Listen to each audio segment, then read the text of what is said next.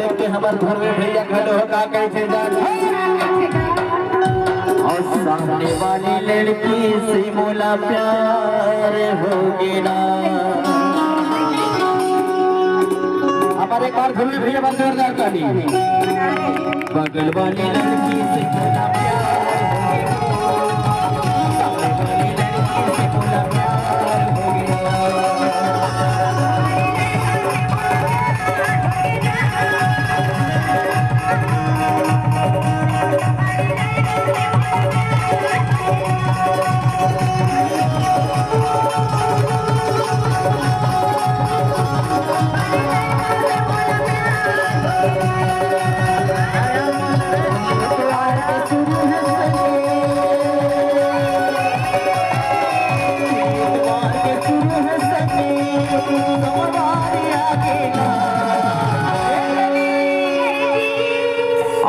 देख के हमारे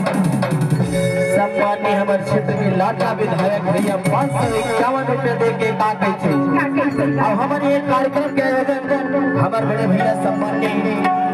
ओम प्रकाश धर्मे जी विधायक महोदय की तरफ से ये कार्यक्रम का आयोजन हो है। मैं अपन पार्टी की तरफ से कोटि कोटि नमन करत हूं जे अच्छा सुंदर व्यवस्था बना है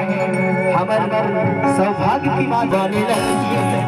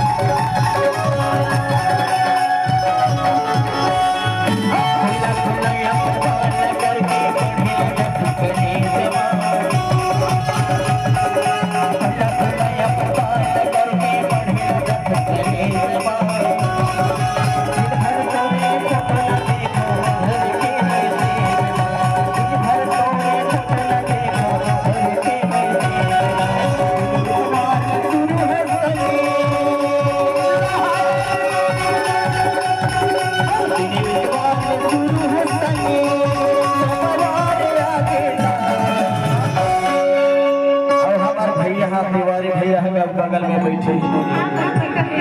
ओखर मन में कुछ कुछ हो जान बताए चला अपन हिला ये जुल्म ढाए वो